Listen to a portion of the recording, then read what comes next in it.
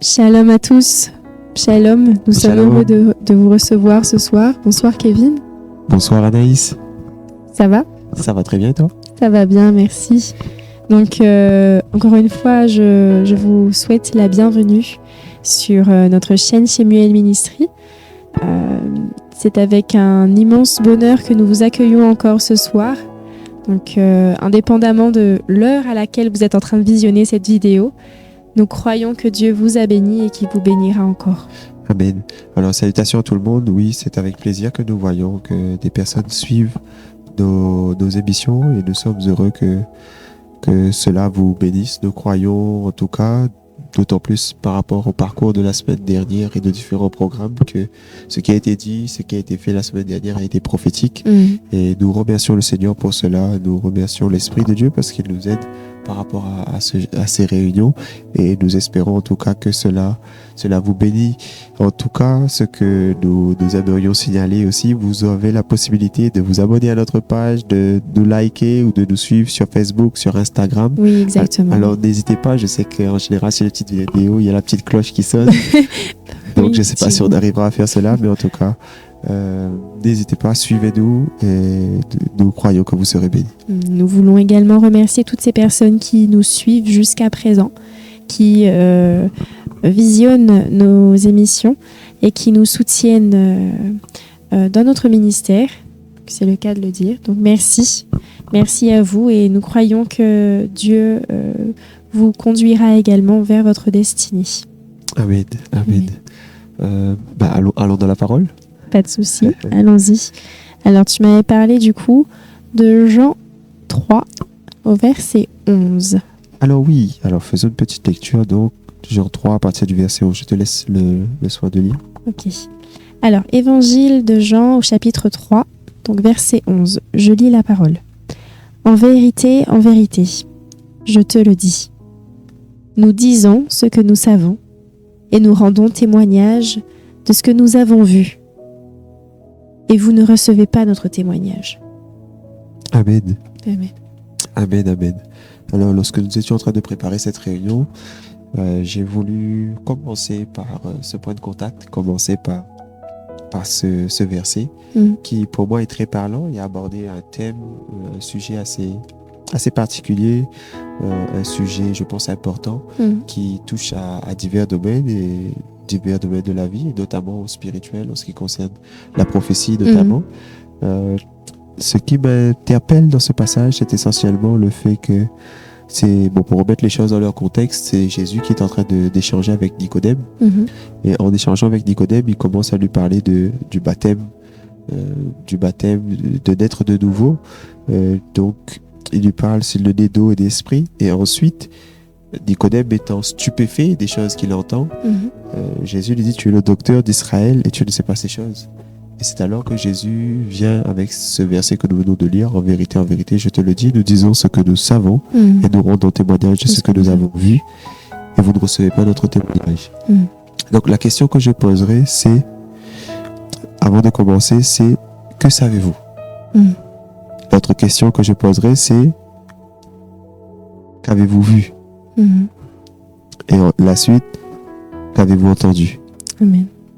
Pourquoi? Parce que Jésus parle de choses qu'il sait, qu'il maîtrise. Souvent, c'est l'un des conseils que je donne aux gens, c'est de ne pas dépasser les fonctions, le cadre dans lequel ils sont établis, là où Dieu les a positionnés. Lorsque nous recevons quelque chose de la part de Dieu, c'est le cas notamment dans le domaine du prophétique, il ne faut pas aller au-delà des choses que nous avons reçues. Amen. Il ne faut pas parler en trop, il ne faut pas parler pas assez non plus, mais ce sont des choses qui sont importantes. Nous parlons de choses que nous connaissons. Je me souviens à ma conversion, en tout cas dans les débuts de ma conversion, il y avait une parole de l'Esprit de Dieu qui m'avait bouleversé, qui m'avait été adressée personnellement. Il est dit qu'il est dommage, et je jette la pierre à personne en disant cela, il est dommage que ceux qui parlent de moi ne me connaissent pas. Il me dit: pour toi, qu'il n'en soit pas ainsi. C'est pourquoi Dieu m'a donné d'apprendre à le connaître avant de parler de lui. Amen. C'est important. Bien sûr. Je parle d'un Dieu que je connais. Je parle d'un Dieu que j'ai expérimenté. Je parle de choses que je maîtrise. J'essaie du plus que que je peux de me limiter à ce que Dieu m'a dit, à ce que j'ai vu, à ce que j'ai entendu et à ce que j'ai reçu de la part de Dieu. Et je crois que c'est ainsi que nous devenons de bons fidèles. Amen. Parce que nous voyons que dans les Écritures, il y a dans le livre de Proverbes, je crois, un type de personne que Dieu a en horreur. Il dit c'est le faux témoin. C'est ce qui est mentionné en tout cas dans le livre de Proverbes. Donc nous voyons que Dieu aime la balance juste. Parfois, nous pouvons être bien intentionnés. Parfois, nous pouvons être pleins de bons désirs, mais basculer dans un mensonge ou basculer dans des propos non maîtrisés. Et c'est là aussi la mise en garde et ce que Jésus nous fait comprendre là-dedans. Si notre maître fonctionne de cette manière-là, en ne parlant que des choses qu'il sait, des choses qu'il a vues, des choses qu'il a entendues, alors à combien plus forte raison nous devons imiter notre maître. Amen. Amen. Alors que tu es en train de parler, c'est comme si que je visualise le fait que nous parlions, mais avec donc comme tu disais tout à l'heure, en ne disant ni trop ni pas assez, en ayant une juste mesure. Et donc cette juste mesure-là nous permet de parler avec exactitude et d'avoir beaucoup plus d'impact dans l'esprit, je crois, lorsque nous disons les choses. Le fait de parler à tout va ou le fait de fermer sa bouche, bien au contraire, ne nous fera pas avancer. Mais le fait de pouvoir s'exprimer avec justesse, en étant justement du coup fidèle à ce que Dieu nous a déjà enseigné, Amen. nous permettra d'aller de l'avant et de gagner du coup du terrain. Amen. Amen. Non, je suis d'accord avec toi. Je suis d'accord. L'une des caractéristiques, je crois, qui caractérisait Moïse, donc, était sa patience. Mais je pense aussi l'une des caractéristiques, pas seulement Moïse, mais la plupart des prophètes, c'est la fidélité. Ils étaient fidèles dans ce qu'ils disaient, Amen. dans les propos qu'ils rapportaient, dans les choses qu'ils témoignaient. Imaginez-vous si des personnes infidèles avaient écrit la Bible. Du coup, je pense pas que moi j'aurais été là. Nous serions embarqués dans l'erreur depuis le départ. Donc, d'où l'importance d'être fidèle. Amen. Et Jésus fait confiance à des personnes qui sont fidèles. D'ailleurs, c'est ce que Dieu vient chercher, bon et fidèle serviteur. Entre dans la joie de ton maître. Donc, nous voyons que la fidélité est surtout ce qui est recherché de la part de Dieu. Amen.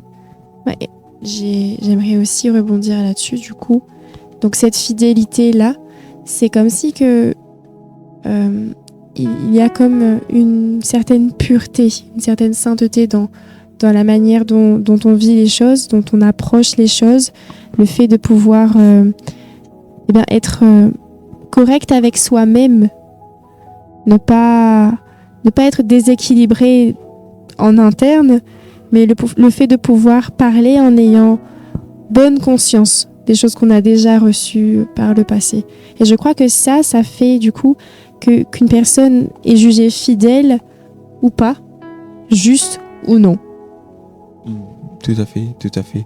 Il y a quelque chose que je dirais aussi, c'est que n'ajouter aucun levain à ce que vous dites. Le vin, c'est vrai que Jésus l'utilise dans un cadre par rapport à l'hypocrisie, et je pense que le levain fait lever toute la pâte, c'est-à-dire que le levain, parfois, l'image que j'ai, c'est surtout de l'exagération.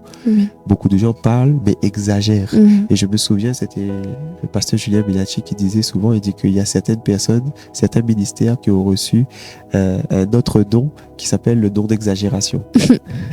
C'était un peu pour la partie comique, j'ai envie de dire, mais c'est vrai que l'exagération, parfois, est ce qui caractérise beaucoup, même des personnes qui parlent de la parole de Dieu, nous sentons qu'ils exagèrent sur les choses et qu'ils disent. Donc, c'est un exemple encore, une fois encore, de choses de dépassement de fonction. Je pense que ça, c'est vraiment un point important dans notre marche avec Christ. C'est vraiment de ne pas dépasser nos fonctions, de ne pas dépasser les limites. Je crois que même dans le livre de Proverbes encore, il est dit ne déplace pas la borne ancienne. Cela montre que nous ne devons pas dépasser les limites et respecter le cadre dans lequel il nous a été donné d'évoluer. Dieu lui-même nous positionne dans un cadre et nous donne de fonctionner dans un cadre. C'est à nous de ne pas aller au-delà des limites qui nous a été données. Je prends l'exemple dans Romains 12. Oui, si je ne me trompe pas, c'est Romains 12. Dans Romains 12, l'apôtre Paul dit que celui qui a reçu le don de prophétie l'exerce selon l'analogie de la foi. Donc, c'est-à-dire en concordance, en concordance avec la grâce qu'il a reçue, avec le degré de foi qu'il a reçu. Amen. Il ne faut pas aller au-delà. Au-delà des choses. D'ailleurs, l'apôtre Paul dit aussi, nous parlons peut-être d'un autre sujet, mais qui est relatif, il dit, n'ayez pas une trop haute opinion de vous-même. Amen. Parce que souvent, l'un des problèmes qui nous pousse à parler au-delà de nos limites, c'est une forte opinion de nous-mêmes. Je pense que c'est l'orgueil, finalement l'orgueil. Donc, il est important de maîtriser ce que nous disons. Je me souviens une fois, le Seigneur m'avait dit, agis avec circonspection. Circonspection, c'est-à-dire en étant exigeant. Et j'aime beaucoup l'exemple de Pasteur Alph Lucao. Tu sais, on a beaucoup suivi Pasteur Alph. C'est un homme qui est modéré, c'est un homme qui est mesuré. Je pense que c'est un bon terme aussi, être mesuré. Et lorsque nous disons de parler de choses que des choses que l'on maîtrise, on fait aussi référence à un fruit de l'esprit qui est classé en tout dernier. C'est le fruit, la maîtrise de soi. Amen. La maîtrise de soi, je pense que ce n'est pas un hasard pour lequel la maîtrise de soi est placée comme le 9e fruit de l'esprit dans la liste de Galates 5. Il est placé comme le dernier don de l'esprit parce que c'est là aussi le plus haut niveau, je pense, à atteindre. La Bible dit aussi que tout disciple accompli sera comme son maître. L'objectif donc de Dieu est de nous amener à la maîtrise. L'apôtre Paul avait fait cette remarque aussi à une des églises en disant que cela fait longtemps que vous auriez dû être des maîtres, mais vous en êtes encore à avoir besoin du lait. Donc nous voyons que la volonté de Dieu est que nous puissions arriver à un niveau de maîtrise. Une maîtrise, c'est-à-dire à devenir un maître en Jésus-Christ. Et je pense que l'une des choses qui caractérise les maîtres maîtrisent. Ils maîtrisent ce qu'ils disent, ils maîtrisent ce qu'ils font dans leur prière. Et peut-être nous pouvons même mentionner dans la prière aussi parfois, il y a de l'exagération, il y a un manque de maîtrise des choses que nous disons. Je pense qu'il est important de prendre conscience de tout ce que nous disons, de tout ce que nous faisons et de le faire à la juste mesure. Amen. La Bible dit, on vous mesurera à la mesure dont vous avez mesuré. Cela veut dire donc que nous avons à mesurer, que chacun de vous prenne garde à la manière dont il entend. Nous mesurer notre écoute, mesurer nos paroles, nos propos, nos actions. Je pense que c'est quelque chose de très important. Amen. Amen, je suis d'accord avec cela. Amen. Amen. Non, c'est un sujet, je pense, qui est très important. Et cherchons cela. Recherchons à parler avec maîtrise, à agir avec maîtrise. Le manque de maîtrise est ce qui nous pousse parfois à basculer dans l'erreur. Quelqu'un peut être vrai, quelqu'un peut être fidèle, quelqu'un peut être bien intentionné, mais faire fausse route à cause de propos ou d'actions mal maîtrisées. Des passements de fonction. Et souvent, cela arrive à des personnes qui sont bien intentionnées. Des passements de fonction. Ça peut être le cas, par exemple, de personnes qui entrent dans le ministère. Ça peut être le cas de personnes qui entrent dans les dons de l'esprit ou autres. Je pense que c'est quelque chose, c'est un niveau de maturité à atteindre. Amen. Et donc, du coup, je crois effectivement que la maîtrise de soi est un véritable fruit de l'esprit qui nous pousse, du coup, à nous taire, à nous placer dans l'humilité. Et lorsque nous, dans notre intimité avec Dieu, nous apprenons à entendre sa voix, à ne parler que lorsqu'il nous demande de parler. Et je crois que c'est un parfait exemple d'obéissance face à beaucoup de situations que nous pouvons rencontrer. Le fait de pouvoir obéir, être à l'écoute à un instant T de la voix de Dieu, je pense que cela nous aligne parfaitement avec ce à quoi Dieu souhaite que nous atteignions comme stature. Amen. Non, je pense que c'est donc le conseil que je donnerai pour clôturer cette émission. Le conseil que je donnerai, c'est que vraiment personne ne dépasse ses fonctions. Amen. Que nous puissions garder notre langue en bride, maîtriser. La Bible dit que la langue est un petit membre qui embrasse de grandes forêts. Il dit que celui qui maîtrise sa langue est un homme parfait. Amen. Celui qui sait tenir sa langue en bride est un homme parfait. Cela montre donc que la perfection est relative aussi à la gestion de notre langue, c'est-à-dire à ce fruit de l'esprit aussi qui est la maîtrise, être en mesure de se tenir en bride. Et le conseil que je donnerais, c'est aussi de ne pas rentrer sur des terrains que nous ne maîtrisons pas. Amen. Pierre est entré sur un terrain qu'il ne maîtrisait pas. Mm. Jésus a commencé à parler. Il a dit, il faut que le Christ meure. Il faut que je meure. Il a commencé à annoncer sa mort. Il faut qu'il soit livré entre les mains des païens, etc. Pierre a eu un dépassement de fonction à ce moment-là, voulant enseigner le maître. Mm. Et il est entré dans un débat. Il est venu et en disant que cela ne t'arrivera pas, etc. Et qu'est-ce qui s'est passé? Jésus lui a dit, arrière de moi, Satan. Il est rentré sur un terrain qu'il ne maîtrisait pas. Du coup, ça nous mène à une exposition à l'ennemi.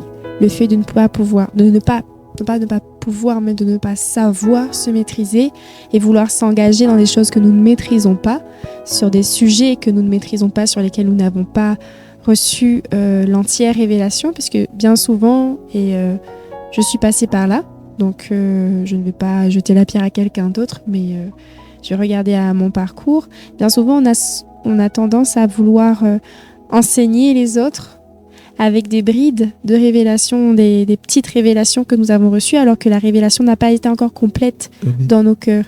Et je crois que ça nous expose à des dangers dont nous ne sommes pas conscients. Donc, il faut savoir se taire au bon moment. Amen, amen. Je suis totalement d'accord avec ce que tu dis. Et d'ailleurs, l'exemple que je prendrai lorsque tu disais cela, c'est la question simple et ouverte que je poserai lorsque tu parles, lorsque tu entres sur des sujets. Non, ce n'est pas une question, mais lorsqu'on entre sur des sujets qu'on ne maîtrise pas, on s'expose à la honte. Effectivement, donc, oui. On s'expose à des dangers, on s'expose à comment dire ça, oui, à la honte, je dirais. Parce que souvent, c'est ce qui se passe. Comment dire, si on s'exprime sur quelque chose qu'on ne maîtrise pas, si on a en face de nous quelqu'un qui connaît le sujet, je suis médecin. Oui. Et je cherche à t'expliquer ce qu'est la médecine. Honte à moi. C'est clair qu'on attire sur nous, voilà, c'est ce que je dirais, c'est qu'on attire sur nous le pauvre en agissant de cette manière-là. Donc, je pense que c'est quelque chose à se canaliser, quelque chose qui va aider à ne pas s'exposer à des dangers et à des opprobres derrière. Je me souviens aussi, lorsque j'étais jeune chrétien, que je venais de me convertir, je lisais beaucoup la parole, etc. J'étais un peu zélé, j'étais un peu emballé. Et je me souviens qu'il y avait un frère plus expérimenté que moi. Oui, je me souviens de ce témoignage. Plus expérimenté que moi, qui nous prenait le temps de nous enseigner la parole, etc., etc. Et lorsqu'il parlait, à chaque fois, je lui coupais la parole en voulant lui enseigner moi-même, en voulant montrer ma connaissance, en voulant quelque part montrer que moi aussi je sais, etc. À un moment donné, il m'a dit, c'était violent, il m'a dit, tais-toi. Il m'a dit, tais-toi, tu apprendras plus. Et c'est vrai. Bien sûr, la Bible dit que l'insensé, même lorsqu'il se tait, passe pour sage. Donc, effectivement, se taire est quelque chose d'important. Se taire aussi en considérant qui est la personne qui est en face de nous. Si la personne est plus élevée que nous, nous avons toutes nos raisons d'écouter cette personne et nous apprendrons plus. La Bible dit que le sage ouvre sa bouche et que en écoutant un sage, nous avons la possibilité d'être plus enseignés. Donc, aussi considérer les personnes que nous écoutons en face de nous, cela ne peut que nous élever. Amen. Et je crois que c'est une attitude du coup que Dieu aime, le fait de pouvoir garder le silence. Parfois c'est difficile, surtout quand on est jeune converti. Je ne sais pas si 100% des jeunes convertis sont passés par là, mais en tout cas je crois que pour la plupart on a tendance effectivement à vouloir parler, expliquer les choses et tout. Oui, on a reçu, mais au fur et à mesure des années de conversion, on se rend compte que l'attitude parfaite que Dieu aime, c'est de l'attendre dans le silence, de savoir se taire quand il le faut, d'ouvrir sa bouche quand il le faut. Et oui, je pense que c'est une belle stature que j'aimerais encore davantage atteindre. Amen, amen. Si tu as le désir, je pense que Dieu te fera grâce parce que cela est déjà dans la volonté de Dieu. Ce que je dirais aussi par rapport à cela, c'est que beaucoup de gens se croient spirituels en voulant montrer leur connaissance. Oui. Or que non, comme l'a dit ce sage frère qui m'avait enseigné, tais-toi, tu apprendras plus. Et un jour, le Seigneur m'avait dit quelque chose aussi, lorsque je grandissais dans mon parcours, lorsque la sagesse commençait à m'enseigner. Comme il est écrit dans le livre de Proverbes, il dit, élève ta voix vers la sagesse et elle viendra vers toi. La sagesse crie. Oui. Donc, et comme il m'avait dit, tais-toi, tu apprendras plus. Mais une chose que le Saint-Esprit m'a dit personnellement était aussi, celui qui écoute a l'avantage de celui qui parle. Parce que celui qui parle déballe son cœur. Celui qui parle, il est facile de reconnaître ce qu'il a dans son cœur parce qu'il l'expose en parlant. Mais celui qui écoute a l'avantage de celui qui parle. Amen. J'ai la possibilité de plus apprendre en écoutant plutôt qu'en parlant. Et c'est ce que tu me disais aussi. C'est pour ça que Dieu a...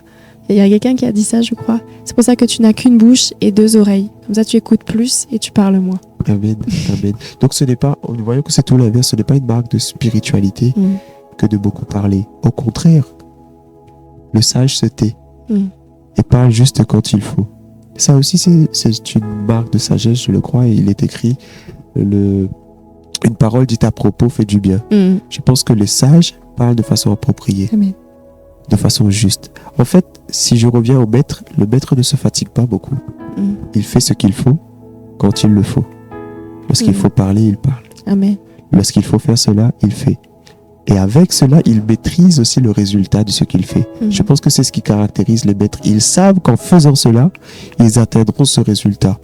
Ils ne vont pas se fatiguer à faire beaucoup de choses, ils vont faire juste ce qui est juste. C'est un peu comme l'exemple donc, de la parole de sagesse. La parole de sagesse te donne la direction exacte et t'évite de perdre du temps. C'est ce qui s'est passé par rapport à Pierre et ceux qui étaient avec lui lorsqu'il était sur la barque, lorsque Jésus les a rencontrés. Par une parole de sagesse, Jésus leur a dit « Jette ton filet à droite ». Alors qu'ils s'étaient fatigués toute la nuit à essayer de pêcher des poissons et étaient revenus bredouilles. Une seule parole de sagesse leur a donné la direction et l'efficacité. Et je pense que c'est ce qui caractérise les sages. Les sages sont efficaces.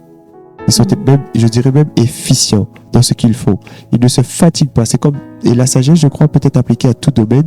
Et c'est comme le domaine culinaire. Nous savons que si nous rajoutons cela, cela donnera ce goût-là. Et c'est relatif à tout domaine, je le pense. Je sais qu'en faisant ça, j'atteindrai ce résultat. Et on ne se fatigue pas.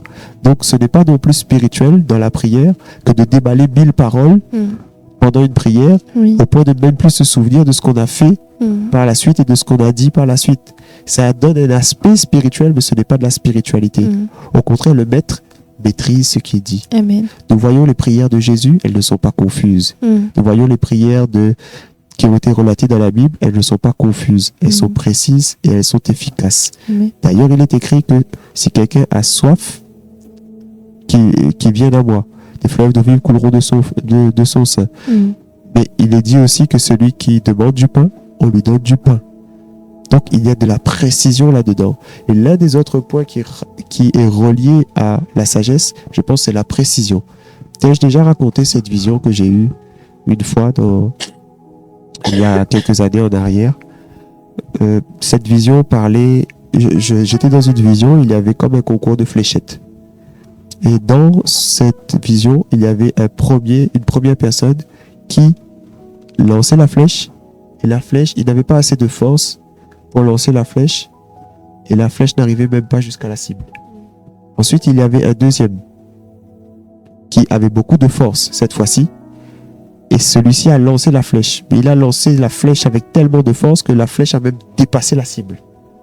Et il y a ensuite l'autre qui est arrivé derrière et qui a lancé la flèche, et qui avait de la force, mais qui a lancé la flèche avec la bonne mesure et qui a atteint la cible. Qu'est-ce que le Seigneur a voulu me faire comprendre là-dedans? C'est que la force sans la sagesse n'est rien. Amen. Est inefficace. La force doit marcher avec la sagesse. Celui qui est sage arrive à taper avec précision. Et il arrive à doser. Il n'a peut-être pas utilisé toute sa force, mais il a utilisé exactement ce qu'il fallait pour atteindre le but. Je pense que c'est pareil pour tout sage et tout maître dans la prière, toute personne qui se grandissent dans le Seigneur et qui se développe dans le Seigneur avec sagesse. Ils sont précis. Amen. Ils agissent de façon exacte.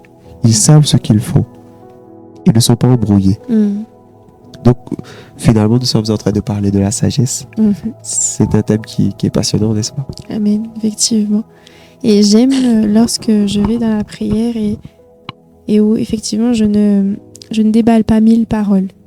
Et que lorsque je dis juste quelque chose, juste un mot, et c'est comme si que le Saint-Esprit me reprenait et m'aidait à mieux prier, à mieux exprimer la pensée Amen. qui est sur mon cœur.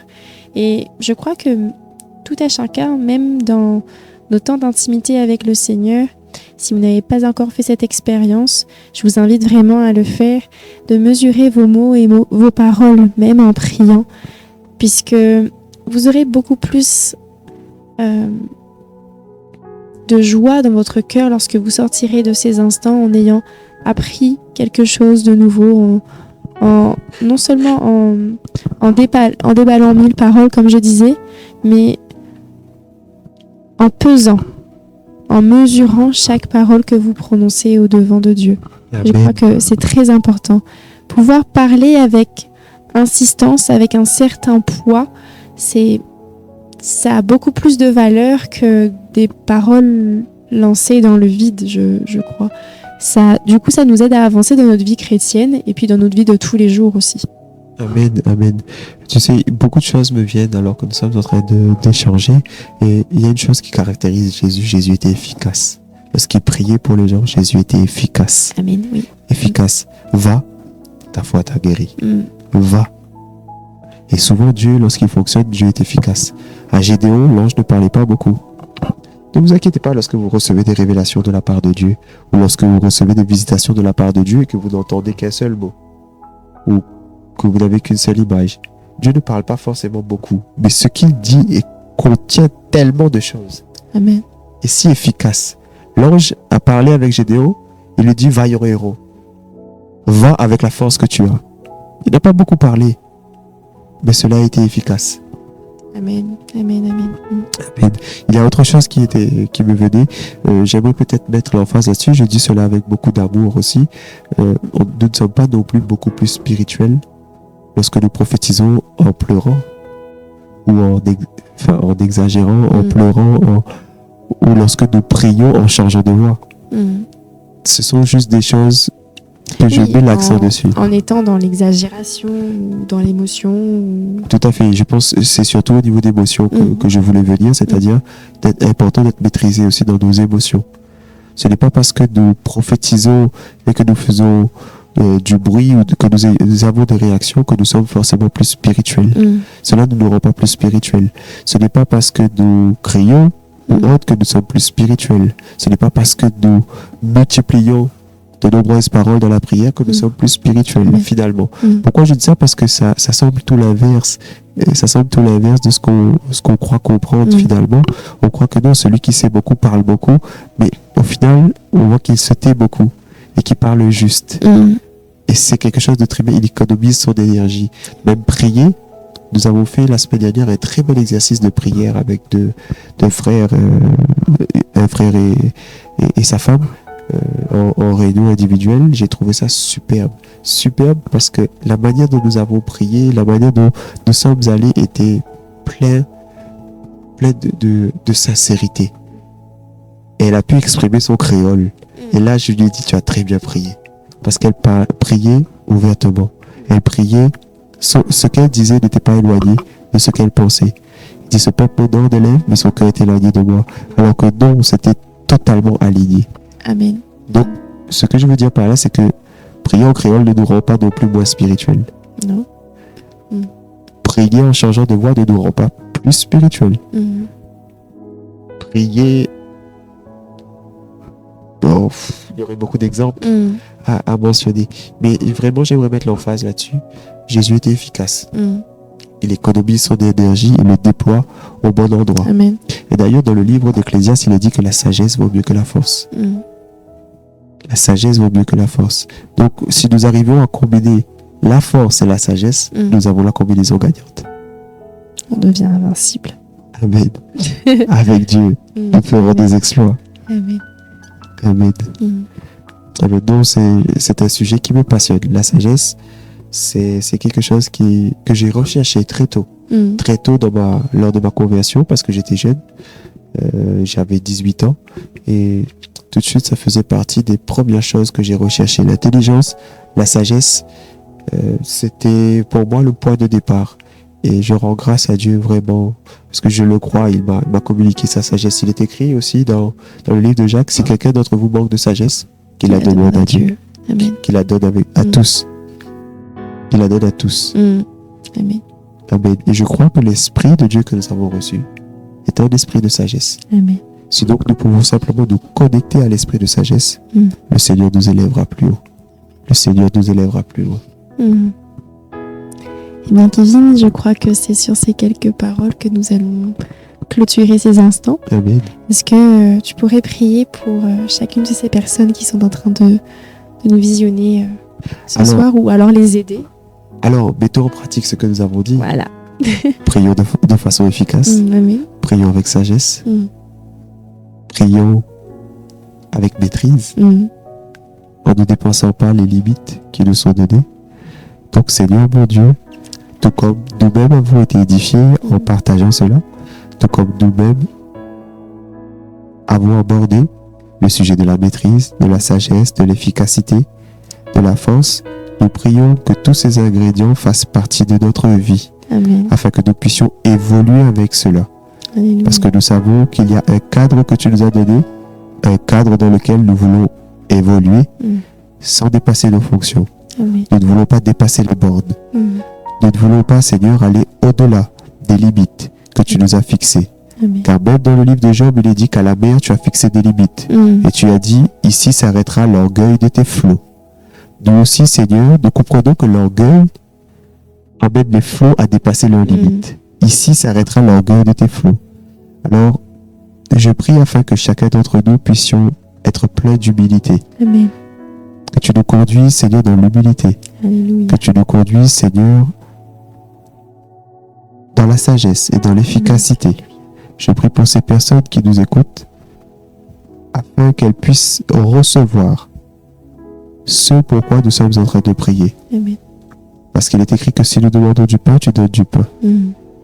Toute personne donc, Seigneur, qui nous écoute et qui veulent recevoir cette sagesse et qui veulent grandir dans leur vie spirituelle, arriver à un plus haut niveau de maturité, Seigneur, nous te prions afin que tu leur fasses grâce. Amen. Selon qu'il est écrit que tu fais grâce aux humbles, mais que tu résistes aux orgueilleux.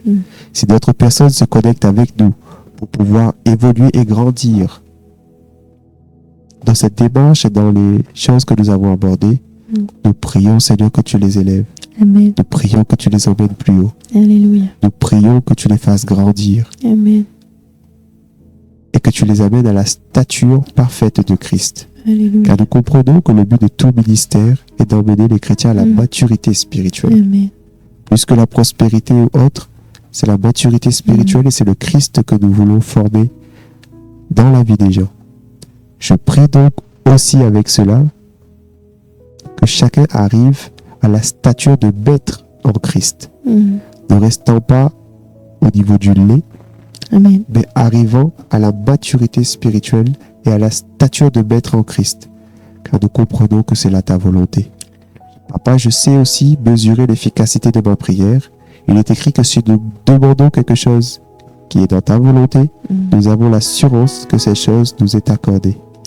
Je crois donc que tu veux accorder la maturité spirituelle à chacun. Amen. Amen. Et que tu veux emmener chacun à devenir des maîtres en Christ. Il est écrit dans le livre de Jean, je vous écris petits enfants, je vous écris jeunes gens parce que vous avez vaincu le diable, je vous écris père parce que vous avez connu celui qui est dès le commencement. Je prie afin que chacune de ces personnes soit amenée à la maturité spirituelle des pères. Amen. Parce que nous croyons une fois encore que c'est là ta volonté. Tu dis dans ta parole, tout disciple accompli sera comme son maître. Amen. C'est pourquoi nous prions, Seigneur, qu'avec nos frères et sœurs, nous puissions devenir des disciples accomplis et être comme notre maître. Amen. Nous bénissons les personnes qui nous suivent et qu'au travers du son de notre voix, ils entendent ta voix, Seigneur. Amen. Parce que nous ne sommes rien si ce n'est tes serviteurs. Et ce qui est important, c'est qu'ils entendent le son de ta voix Alléluia. et qu'ils reçoivent de toi Parce que le secours de l'homme n'est que vanité. Et si l'Éternel ne bâtit la maison, c'est en vain que nous la bâtissons. C'est pourquoi, Père, nous laissons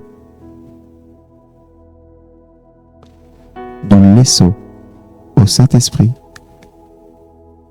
le soin de faire au-delà de ce que nous demandons, au-delà de ce que nous avons prié. Nous demandons au Saint-Esprit de faire au-delà de ce que nous avons pu poser comme action ce soir. Que l'Esprit de Dieu fasse ce qu'il trouvera bon de faire dans votre vie. Amen. Dans le nom de Jésus-Christ, nous vous bénissons et nous vous saluons. Shalom à tous. Shalom à tous.